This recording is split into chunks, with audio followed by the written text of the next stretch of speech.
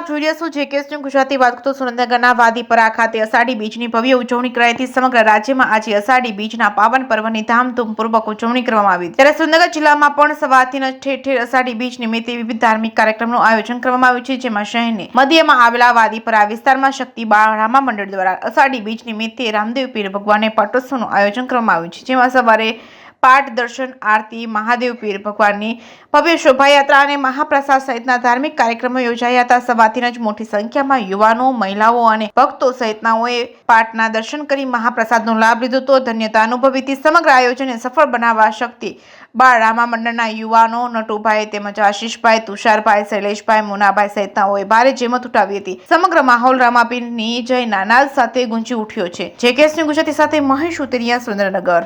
બોલો। મારું નામ સુરેશભાઈ વજુભાઈ નદિયાણીયા।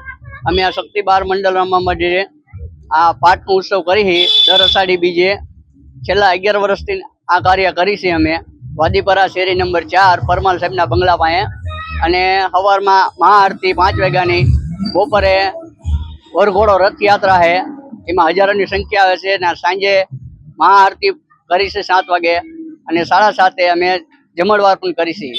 કેટલા લોકો લાભ લે છે? લોકો લાભ લે છે લગભગ 6-7 હજાર પબ્લિક આવી છે। અને આનો ફારો કોણ આપે છે? ફારો આ પબ્લિક જે બધા દર્શન કરવા આવે એ બધા આપે છે। હજારોની સંખ્યામાં પબ્લિક બહુ આપે ફારો। અમે આ એટલે આયોજન કરી છે। કેટલા વર્ષોથી? 11 વર્ષથી। મારું નામ આશીષ નટવરભાઈ છે। અમે છેલ્લા 11 વર્ષથી અહીંયા અષાઢી બીજનું આયોજન કરીએ છીએ।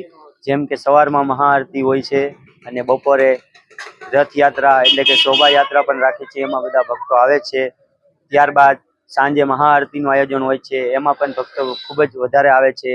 અને ત્યારબાદ સાંજે 7:30 મહાપ્રસાદનું પણ આયોજન કરીએ છીએ, એમાં હજારો સંખ્યામાં બધા ભક્તો આવે છે અને સરસ મજાનું આયોજન કરીએ છીએ।